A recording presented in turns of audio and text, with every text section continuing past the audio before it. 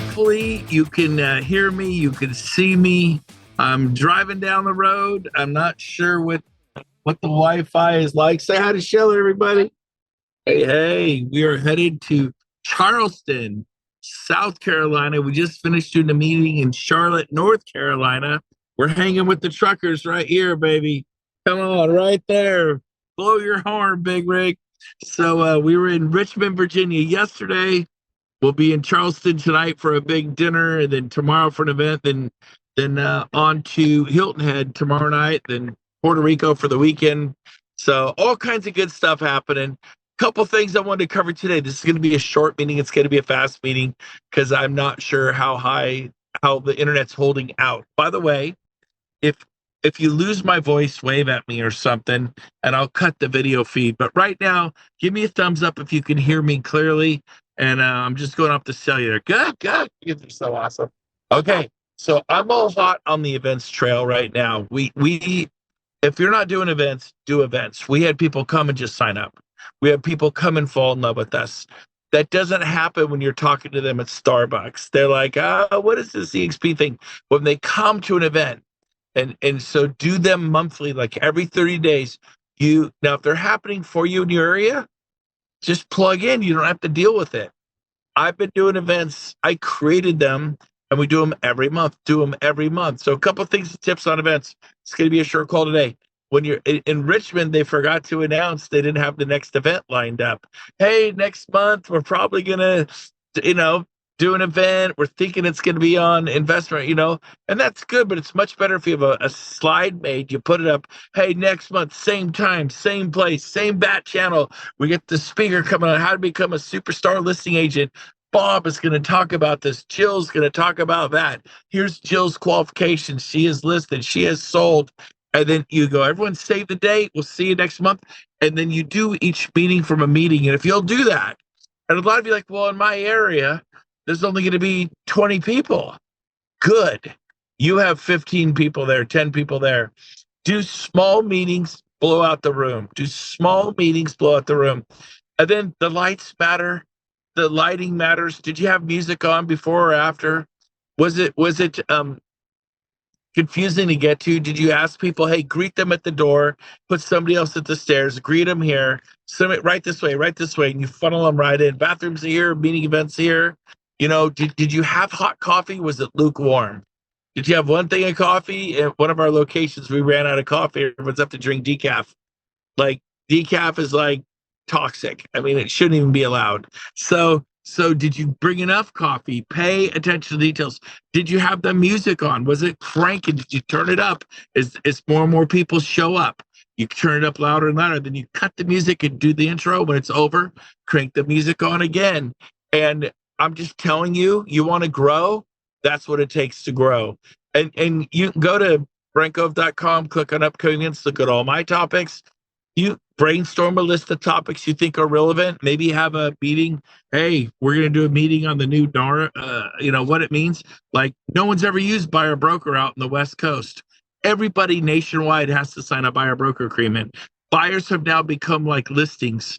Buyers are like listings. You must meet with them. You must sign a buyer broker agreement, and you must put on there what your commission's going to be. That's really new. With buyers, it used to be the wild, wild west. You take them out, they get inspired, you write an offer, and you got what was ever in the MLS. Not anymore, starting in July.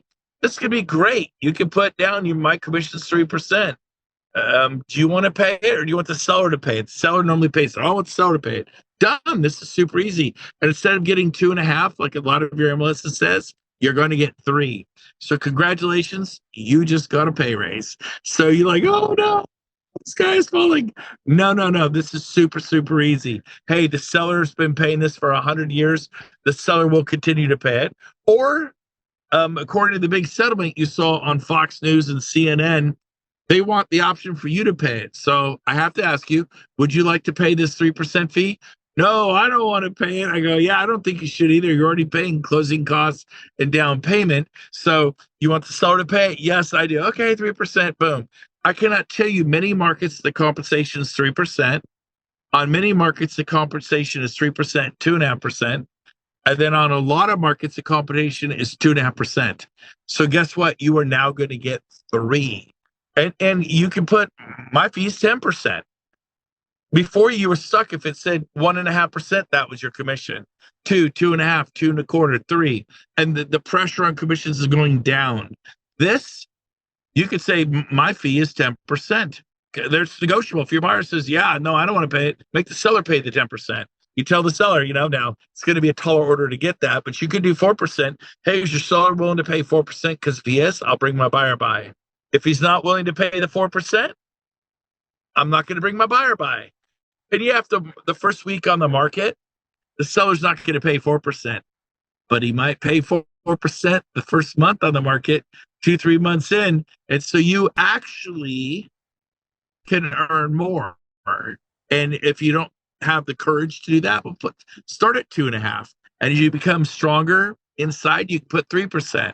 And if you get stronger inside, you can put 3.5 and 4. Why does H&R Block do your taxes for $150? Because that's what they believe they're worth. What could you charge? Yep, I've seen the posts. Coach Randy Bird. You can put transaction fees in there, paid by the seller. This is a pay raise, not a pay cut. We're going to get through this, and you can thank them because you used to not be able to negotiate. Whatever the MLS said, if the MLS said it was $2,500 commission, you couldn't really negotiate that, and that was your commission. So a lot of agents would discourage their buyer from buying that property if they can think of anything negative to say. Now you could say, hey, I'm simply not willing to show that property unless you cooperate at X percentage. So it's pretty cool. That's my understanding. I could be off, could be wrong. But I believe I am not wrong and accurate. That's the whole point, is commissions are negotiable and they can no longer put in the MLS what they are. So they're anything. And some attorneys charge $500 an hour. Some attorneys charge $5,000 an hour. What's the difference? Some people believe they're worth that, and other people don't. Why do people wash dishes, bus tables, and host? Because that's what they think they're capable of. I was never a waiter. I didn't think I was good enough to be a waiter. I never got the big tips. I get $20 worth of tips. When the waiters would get $200. So you get what you expect in this life. So a little off topic there, but that could be one of your monthly topics. And trust me, people want to come to that stuff. So, and pay attention. You don't have to serve lunch. You don't have to serve food. Coffee, water, tea, granola bars from Costco in a nice organized thing. This is not an expensive thing. And do the meetings at mortgage companies, title companies, attorneys' offices, in their conference room. Like, I got 18 people coming, so that the table holds 10. I need 8 more chairs in the room. And then you end up with 10 people and 8 empty chairs. Your meeting's awkward. Have the 10 chairs hid in another room. And if you get 10 it fills up, bring out 2 or 3 as you need them. All of a sudden you got 18 seats filled and you get 5 more. Now you get 23 people in the room that holds 10. And it's exciting. There's energy. I mean, the details matter. Anyways, we're fired up. That's all I got for you today. We're going from meeting to meeting to meeting. Some of the best meetings are short meetings. It sounds like we're able to hold on, right? Yep, I think the internet. Shelly's my driver. She's a very expensive driver. I had to buy her lunch. She's like super expensive. Actually, she bought me lunch. She's the best driver ever. It's great. Hey, love you guys. We'll be back at 2:10 Pacific on Mastering Sales with Brent Gove. But because I have John Jennings, who has, 15, 20 homes in escrow. He's going to teach the mastering sales part. Please come back and honor John Jennings, who runs the Made for More team. That's my real estate team here in Sacramento, California. I partnered with John Jennings. He's a genius. And Johnny's a stud. So he's going to cover me while I'm doing Nelson on the road again. So love you guys. See you. Mwah. We'll see you next week. Sorry that I'm a traveling fool. Oh, we got a couple hands up. So, Drew, I'll go to you last because we do ladies first around here. So, Joanne, please, the floor is yours. Okay, so I'm a Canadian, so that the changes didn't really affect me, but would that matter, like when you're multi offers and my buyer wants me paid 3% and somebody else is saying that their buyer wants 2%, will that not help my buyer? Well, you're Canadian. Where do you practice real estate? Halifax, Nova Halifax. Scotia. So we Yeah, don't have that. Those rules haven't affected us yet, but they're probably going to come. Yeah. Right now, Yeah. I speak to how you do it in Canada. So So right now, it's same as it used to be for you guys. The sellers set the price and we get whatever they choose, right? Right. So there you go. You answered your own question. So, yeah. But if you're Italian, these things don't apply to you because no, I can't help myself. I'm Canadian. This doesn't apply to me. I love it. And so I just think I'm devil's advocate. So I'm thinking about everybody down there. If you're in multi offers, and we're still in multiple offers up here, so I'm just, I'm being devil's advocate. What do you do when you're in a multiple offer situation, right? So Yeah. Not sure. Coach Randy, you want to take a stab at that? Canada's totally different. There you go. Good step. All right, move forward. Canada's totally different. All right, cool. I can't say I don't know. Lisa, your turn. I'm sorry, Joanne. I don't know the answer to that one. That's all right. So I was thinking, like, say we charge the 6% like we normally do, and then the buyer is willing to pay a commission. So do we get to keep the whole 6 for ourselves as a listing agent? In the listing agreement, you put 6 and then you put 3 in the cooperating. You just can't advertise it in the MLS anymore, right? And then they get to negotiate with you and say, no, I'm not going to bring my buyer unless you pay me 4%, 3. So it's kind of weird. We're going to kind of feel our way through this. It's early on. Mm-hmm. And I may be wrong in some of my interpretation of how this is going to pan out. They may bring some clarity. Does anybody have some clarity beyond what I've said? Yes, whatever's today is going to change in the future, most likely anyway. Best I can understand. So would we be doing talking at 6, or we would be doing listings say at 3, and then just seeing if because I'm thinking about doing 6 and see, so I can help you. I would pose it like this, and again, these might change as we go, and they'll be different between MLSs and so on. But you're going to be we set a line between seller and buyers agents now. So we have a responsibility to the seller. You'll negotiate with the seller. The good thing is you're talking about only the seller commission at first. 3% sounds a lot better than 5 or 6. So negotiate with the seller. And then you would say, seller, I'm not allowed to compensate the buyer's agent any longer. What would you like to, if anything, from 0 to whatever you like, compensate the buyer's agent for their work? Right? For 100 years, they've been paying the commission one way or another. It's still the same conversation. It's just before it came to the agent and the agent paid the co-op broker through the MLS affiliation. That's no longer. They've separated those two. So it's got to be the seller compensating the buyer's agent or offering concession to the buyers and buyer's agent, not through us. So we basically just delineated those two, which is actually a good thing, because now when you go to show a house, you're not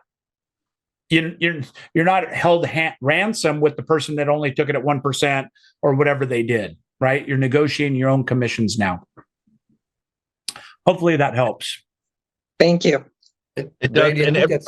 I think that speaks also to the earlier question about the Canadians' concern, which was, if you're in a multiple offer situation, right? We had mentioned or had heard that the potential new rule, you're allowed to reduce but not increase. So if you go with a 4% buyer rep agreement and you get a multiple offer situation, you're allowed to reduce it to 2% or 2.5% if that benefits your buyer, knowing that you will not be able to increase it. Is that accurate, Randy? Yeah. Yes. So basically, if I make a buyer broker agreement with Brent Gove and I say, I'm willing to handle you as a buyer for only 2%, and then we look at a house that's at 2%, and that's why we wrote it. Well, if we go to another house that's offered 3% on the MLS, we're not allowed to make that 3% because we have an agreement with the buyer for 2% that supersedes what the seller's willing to pay. Right. So don't undercut yourself and think that, hey, this buyer's a friend of mine. I don't want to lose him. I'm going to do him at 1 or 1.5 or 2%. If you show a house that's at 3%, you're only legally entitled and can only collect on the maximum of your buyer broker representation agreement. Yep. I would put 3% on everything. and go, Absolutely. I'll do you for 2%. So if we get one of them where it's 3%, I'll give you the other 1% towards your closing costs. On a $600,000 home, it's a $6,000 gift from me to you. That's right. And so I put 2 when we could get 3, and then I wouldn't want to throw away $6,000 for you. So that's one thing you could do. The other thing is, remember, guys, this doesn't start till July. You have till July. Everyone, take a breath. You have till July, and so you're going to have to do a buyer broker with every client. Can't even show property without a buyer broker.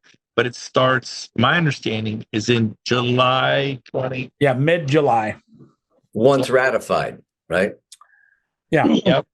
And things could change again still. It could be stayed. It can be amended. What? It can be all kinds of things can happen, but that's the goal right now. Absolutely. Okay, and then real quick, Joanne, did you have another question? I noticed you showed back up. I do. Okay, so further to that, okay, so now I've got a thing that they say they're willing to pay 3%, and I've got an agreement for 2. Could I not do an amendment with my buyer? Yes, you could amend anything at any time. It's all negotiation, Okay. but it's not an assumption. Right. Before, we were presumed to make the money that was a contractual agreement through the MLS. That's gone. Right. That's effectively what happened throughout this, is that MLS agreement to pay compensation to a cooperating broker is gone. They want to separate those two. Okay. Cool. Hey, I hope it does come to Canada. And Canada's everything I said. Forget about Canada. I'm not sure about Canada. When I got my weekly thing. I love it. Our Canadian. Break it up a little bit. Hold on. I'm not there yet, Drew. I know. I didn't forget you.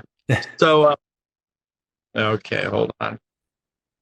Turn off. I'm too. If you take your video okay, off, can you hear me now? better.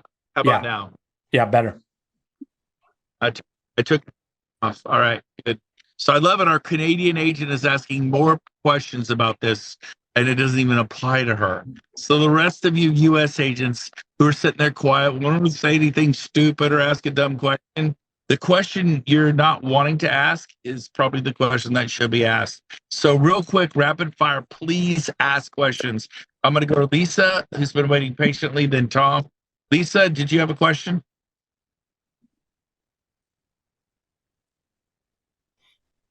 You're muted. We can't hear you, Lisa. I'm sorry. I just can't figure out how to get my hand down. So I'm good. Back to reactions. And it Thank says you. low. All right. Jamal, fire away. You're muted, Jamal. There you go. Brent.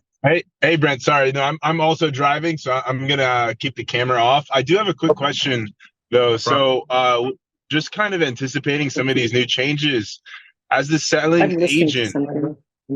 Hello, can you hear me? Keep going. Noel's got a hot mic.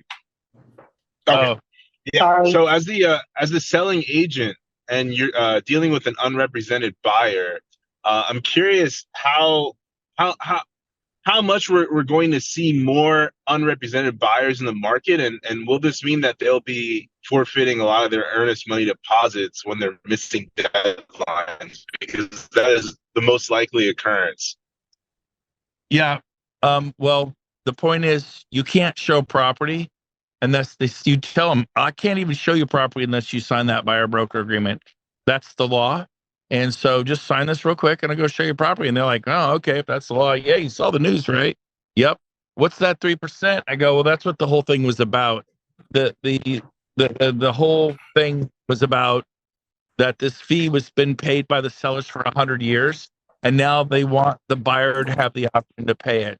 So, Mrs. Buyer, Mr. Buyer, Mr. and Mrs. Buyer, would you like to pay this 3% fee? No. That's what I thought. So we simply have the seller pay it. All right, thanks. Sign here. Done. And now you're getting 3% on everything instead of 2.5%. Like I said, this is a pay raise. You can also write in the $4.95 transaction fee. Do you want to pay that, or you want the seller to pay it? Because we didn't really, very few people did that because it was weird. Now it's not weird. Everything's open. You can pay it, or the seller can pay it. The seller typically will pay these fees, these transaction fees. What do you want? Oh, I want the seller to pay it. Okay, boom. Seller pays this, seller pays that. So now you get 3% plus a $4.95 transaction fee every time you sell a house. That's pretty. And so Jamal, there won't be buyers have to sign this. Period. I don't want to sign that. I just want to go see property. I'm not legally allowed to show you property. That's the law. So, and if someone has a different understanding, please, that's your understanding, right? That's how it works. Yeah. Okay. So Jamal, good question. Any other question before we go to Tom, who's been waiting patiently? Jamal, you're muted, buddy. Yeah, no, I wanted to follow up. I'm sorry, but I wasn't quite. I don't think I quite understood. So what I'm saying is, I'm not talking about for the buyer side. I'm saying if a buyer doesn't want to sign this agreement, then I'm just going to assume that they're going to be an unrepresented buyer. Or is it that there can be no unrepresented buyers now? Say, for example, someone sees a listing on Zillow, they want to go and speak directly with the listing agent.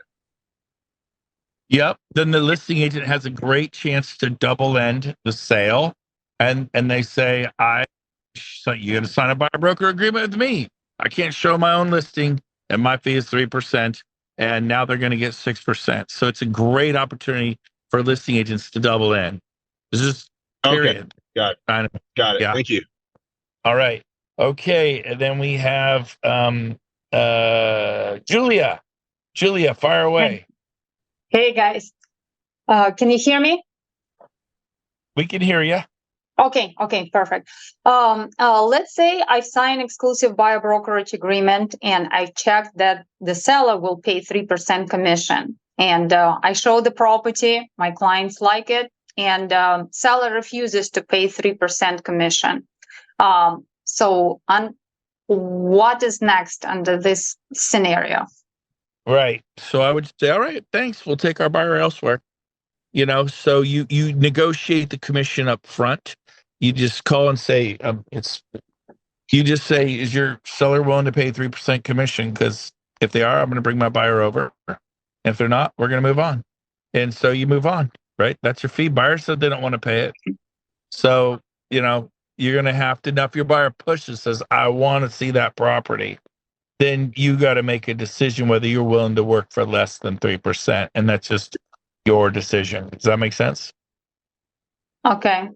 But like if the listing agent would tell me like seller is not willing to pay anything to co-op agent. So I guess and if they desperately want to see the property, they would need to get in touch with the listing agent to see it. Yeah, I suppose. I mean, you can't really help them. You can only help agent people who want to cooperate. And so there's I guess another conversation, say guys, like this is the scenario, I will be happy to show, but you just need to be responsible for paying the commission in case if you like the property and want to proceed forward with the offer. Yeah, but if they've told you they're not going to pay it and they want the listing agent to pay it, so there's just, you're going to have to learn how to massage it as we go. You're going to get better at it. It's not big deal. On the East Coast, they've been doing buyer broker for decades, and it's no big deal. Do you guys do buyer? Yeah. And is it a big deal? Big deal They at all. can't see it. They can We just explain it to the Shelly's from Charlotte, North Carolina. She does 150 million a year in sales, and they use buyer broker. It's weird to all of you who don't, but Shelly, 150 million a year in sales. Tell them what it's like to use buyer broker. Do you hate it? I love it because everybody knows exactly how we're playing in the game, and we deal with it right on the front end with the listing side. The listing client knows what they're paying the buyer agent, so it's not weird at all. And it explains it, and everyone feels like they're being treated fairly. So it's worked really well. I've done it in Maryland and in Charlotte, and both states are very good. I mean, it works out fine. The buyers understand it too, so that's a good thing. The one thing I will say is what it does is it forces you not to be a taxi cab driver, not to work with insincere people who really want to just use your time. So it makes you have those critical conversations up front. Keep going. You're doing good. That's the best part about it, is to have those conversations right away rather than down the road. And it gets that conversation going first. I would encourage all of you guys to do Zoom interviews with your buyers before you meet with them and get them connected with your lenders right away. and save yourself driving time and family time and have those conversations, because you can get both parties on the phone at the same time, husband and wife, or whatever the situation is, whether it's brother and sister buying a house together, whoever the party or parties are together, you get everyone on the same page, everyone thinking the same way, and it gives clarity to everybody. Quick question, Shelley, Yeah. and you guys are going to find this interesting. I'm going to prove a point here. If you get 10 listings, how many of the 10 sellers cooperate and pay a buyer's agent commission? 100% of the time. So we go negative, and I'm not saying you were negative, but but what if they won't pay anything? It's the last 100 listings, All of them pay. 100 for 100, they pay the cooperating commission. So Complicated as agent. yeah, they pay it.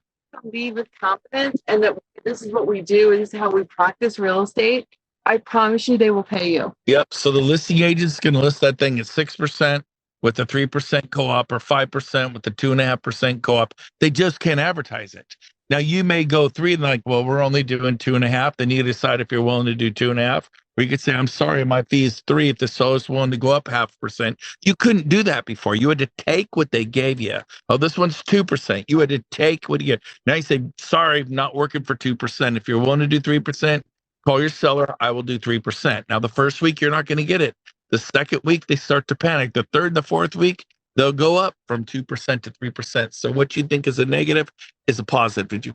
I was just going to say, they basically, these buyers and sellers, I lost my train of thought. Forgive me. All right.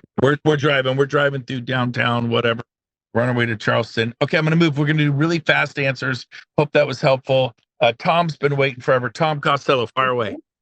Hey, brother, thanks. The uncomfortable conversation that is coming for all of us is that when you've got with a low inventory market, there's not a lot of homes to choose from. And when they find the home that checks all the boxes, and you do the Brent Gove way of making offers, and it's a 10-day close, and it's cash, and this and that and the other, and boom, boom, boom. And then they say, oh, and we're not paying your buyer's commission, buyer's agent commission. Now you've got to go and have that conversation with your seller. And I get having the conversation up front, but now it becomes, are you going to be a selfish agent and not show this home to your client that checks all their boxes? Or worse, if they find it, which clients are doing, they're finding on Zillow, we want to see this home, and the seller's not paying your commission. Now we've got to get it from our buyer. 100% agree that agents have to get a buyer broker agreement signed. It absolutely has to. But the conversation really becomes that the buyer is going to have to pay that agent commission. It's a misnomer to think they don't. Even right now, it's kind of silly because the buyer's agent commission comes out of the buyer's proceeds. So they are paying it whether they know it or not. It's kind of semantics, whether it comes out of the listing agent commission or the buyer's agent commission. They're paying.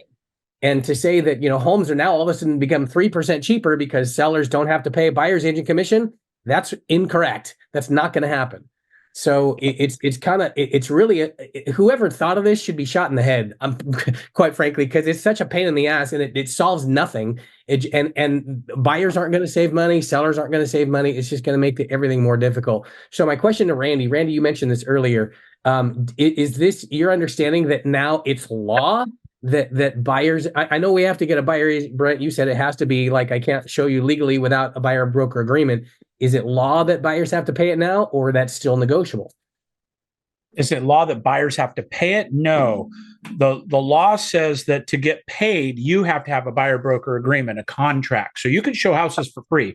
People think you cannot open a house or look at a house without a buyer broker agreement. You can. It's just for free. So if you want to donate your time to the world, then that's an option. But to get paid, we have to have a unilateral contract with the buyer, where before it came through the seller to the seller's agent, distributed through the MLS to the buyer. That was the contractual agreement. So now they've been separated. So that can still happen, right? The seller can still pay it if they choose to, but 100%. Okay. Yeah, it's just the seller has to pay the buyer's agent directly now. So before they were like this, seller's agent, buyer's agent. It used to go this way and then across. It has to go across and not through you now. That's the biggest way to explain it. And the seller's allowed to pay a concession or commission, which could be put in the MLS, right? That's a possibility. But the reality is they can't pay the seller's agent is not involved in the buyer's commission anymore. And that's law? So hold on. I'm reading point 2 from NAR. All realtors and MLS participants must have a buyer broker agreement executed prior to touring any home. So that is correct. There's some MLSs not in NAR. So that's why I said there's exceptions. But if you're in a NAR MLS and you're part of NAR, it's law that you have to have this agreement prior to showing. It's a contractual agreement. Yeah. Hey, please mute yourself. Everyone mute yourself, please. Yep. The good thing about this, the takeaway for me is it sounds scary, but if everybody's doing it, it makes it easier for us. How many times have we been told buyers are coming back or they just want to look at the house? I'm not working with an agent. It stops all that now. What would make it unfair if we're the only company doing it? But everybody has to do it. So it's making the playing field actually much easier for us to have truthful conversations with our buyer relationships and contracts, right? So to me, and now you're in control of your commission.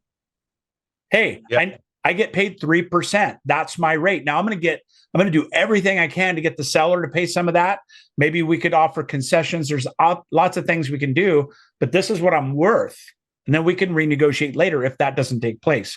But at least now you're leading with your highest and best use of commission available. So Randy, are you not telling your buyers then in that conversation that if the seller doesn't pay it, then Mr. Buyer, you're going to be responsible to pay? That's 100% accurate, Tom. Then it's 100% accurate. It's so you might have to look for houses that only are willing to offer a buyer's agent commission, concession. So you may have to look at a couple houses and they're like, we're not paying anything. Well, neither is my buyer, so it's just not a good fit for us. Right? As long as the buyer understands that, that's what this agreement is clarifying. Okay. Hey guys, let me I got to wrap this up. And Shelly's here. She uses the buyer broker for 15 years. She's the master expert. I want her to have the final word on this. Everybody else who's been waiting, I apologize. I'm going to tackle this topic for about an hour next week on Mastering Sales with Brent Gove. We're going to get some experts. We'll have more information so that the Mastering Sales part next week, we're going to, because obviously you guys are super interested. But final word to Shelly, because she knows what she uses that. Go ahead. I think what will happen is ultimately there's going to be an addendum. The buyer and seller both agree. It's going to start on the listing side, and we're going to have what Randy said on the buy side for sure, and on the listing side, it's just going to have more clarity. It's going to start there, and I think what's going to happen is it's going to be an addendum to our contract that's going to get uploaded to MLS as opposed to being like a little ticket item in there. It says 3%. So I think that's what's going to happen. If I had to guess, I agree with you totally. We're going to wrap it for today because we could keep going forever. This is a great topic. So I can tell you guys are super interested. So I'm going to repeat it.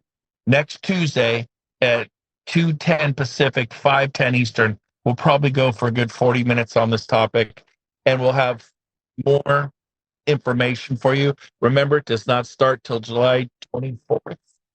July 24th. So we got time. Everybody breathe. It's going to be a good thing. Love you guys. And don't forget, John Jennings is on in 6 minutes with Mastering Sales with Brent Gove. I think he has 15, 20 homes in escrow right now. The guy's a beast or more. So we'll see you then. Love you all. I'm in Charleston, cobblestone streets. Thomas Edison and Benjamin Franklin's walking around. Crazy. I got to go. So thank you, Brent. Thank you, Shelly. Thank you. Appreciate you guys. Take care, guys.